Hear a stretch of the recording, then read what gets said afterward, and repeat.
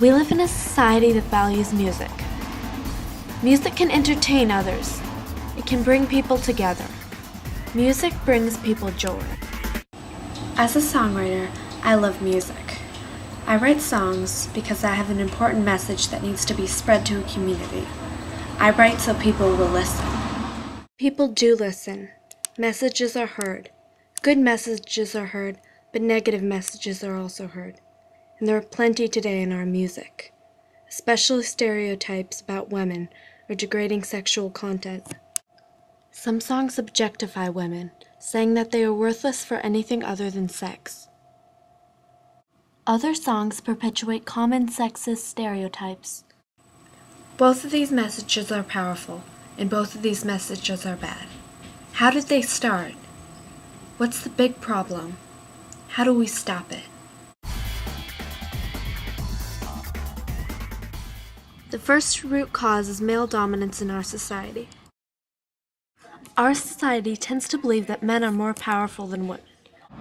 One great example of this is in advertising. As an experiment, I decided to take a look at advertisements that you would find in regular places like magazines. We see this in old ads, where women are shown as good for nothing but household chores. But have things really gotten better? The answer is no, but replacing household chores is sex. Very often, women are shown in overly sexual poses. Violence against women is promoted by makeup that resembles bruising. This BMW advertisement seemed to strike me the most. Not only does it display sex, but it calls the woman an object. The ultimate attraction is the car.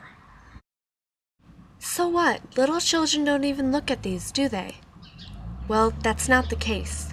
Since the day we were born, we are exposed to male dominance.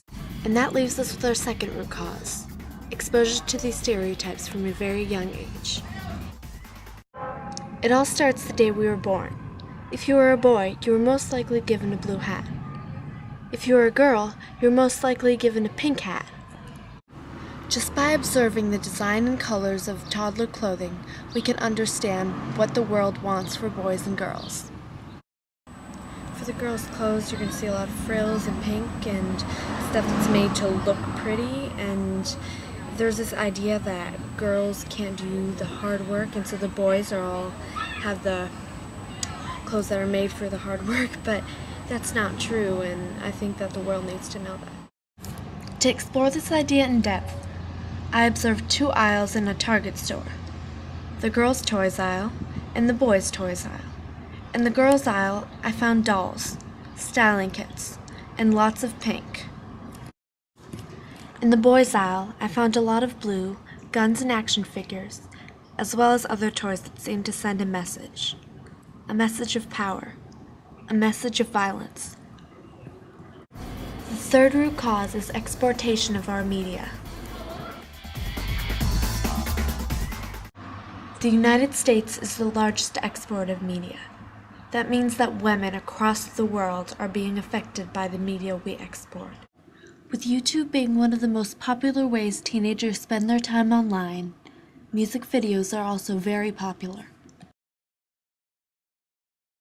Unfortunately, the majority of music videos contain even more negative sexual content than music itself. So why should you care? How does this affect us anyway? Well, it does. Check out these statistics. What are the effects? Teens who listen to degrading music are twice as likely to have sexual intercourse within the next 2 years. Teens who watch more than 14 hours of music videos are more likely to have unsafe sex with more than one partner. But will this ever change? The answer is yes. We have the power to change it. Now, how do we do this? Taking action. Avoid purchasing music that contains negative messages. Remember, this doesn't mean you need to limit the amount of music you listen to every day. 40% of popular music contains negative content, but different genres of music vary. Create your own music. But most importantly, spread the word. This issue is difficult because not one person can fix it alone, but together we can make a difference.